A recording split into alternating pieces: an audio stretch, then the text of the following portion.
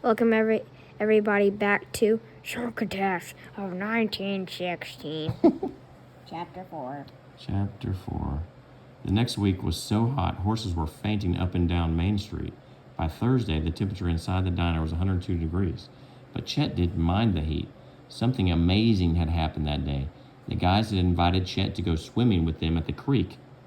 All week, they'd been coming into the diner earlier and earlier, and then sticking around even after they'd wolfed down their donuts.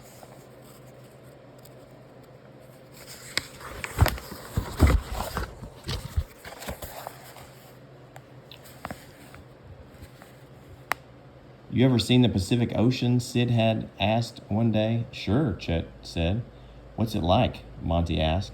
Chet took a minute to picture it. He didn't want to disappoint the guys. A little bluer than the Atlantic. Waves a little bigger, maybe, but otherwise just lots of water and waves. They all seemed satisfied. How about the Mississippi River? Dewey had asked the next day. You seen that too? Chet told them it was wide and muddy. I was on a steamboat that got stuck in the mud, Chet said. We had to stay there for a whole day and night. That impressed them all. You're the luckiest kid I know, Sid pronounced. Me? Chet said. Sure, Monty said. To see all those places? I don't know, Chet said. I hate moving around so much. Hearing those words startled Chet. He felt that way, but he'd never said it out loud, not even to Uncle Jerry. He hoped the guys didn't think he was belly aching. Hey, why don't you ever come down to the creek? Sid said. We're always looking for you there, Monty said. Chet tried to hide his surprise. It's not the Pacific Ocean, Dewey said, but it's pretty nice. I hear it's better than the Pacific, Chet said. The guys all laughed. Why don't you come today? Sid said, and of course Chet said he would meet them after work.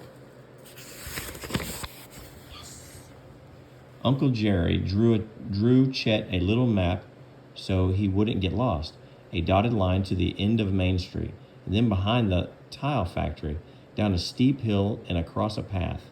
Chet made it to the bottom of the hill, and for a second he thought he was lost. He couldn't see the creek, just tall golden grass, but then he could hear shouts and splashing. He walked through the grass and into a clearing. The guys' dusty trousers and shirts were laid across some low branches.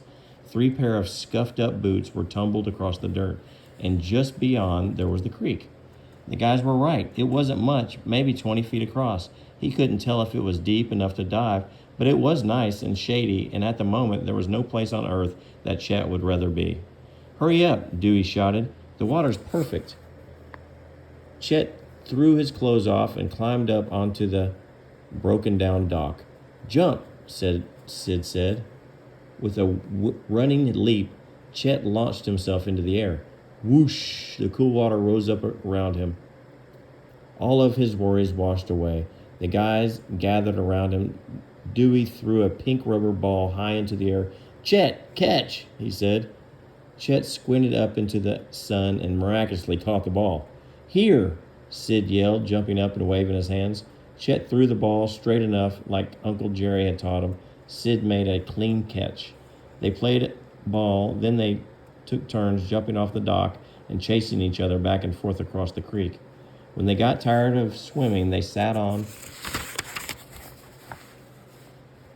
the bank under a big elm tree. Dewey's mother had packed him 3 big molasses cookies, and the guys fought over who could share with Chet. So, Sid said, you like it here today? Okay. You like it here okay? The creek's nice, said Chet with a mouthful of cookie. No, Elm Hills, Monty said. You think you'll be staying a while? Said Dewey. Chet swallowed hard. Just the day before, he'd gotten a letter from Mama. We have a nice apartment with a room just for you, she wrote. I think Papa is going to have some good luck this time. I hope, he said.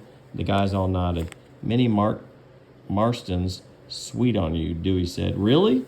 Chet squeaked. Sure, Monty said, sounding a little jealous. She told my sister.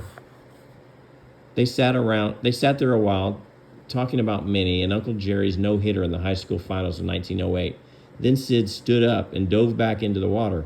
They all followed him. Sid went swimming down the creek, and Chet played ball with Dewey and Monty. He and Monty tossed the ball back and forth a few times. Dewey, Chet called, ready to throw the ball. But Dewey didn't look at him. He was looking at something downstream. He had a strange look on his face. And then Chet saw it too. A gray triangle sticking up through the water, heading right for Dewey. What do you think it is? Shark. But I think I know. I think it's a tile from the factory. What was that? It looked like the fin of a giant fish. Was it? He shook his head. His eyes were playing tricks on him. A shark in the creek was impossible. I think that's the end of the chapter, but we'll see. He even tried to laugh. His mind must be messed up because of the captain's story, but the fin was getting closer to Dewey. Faster, faster, closer, closer.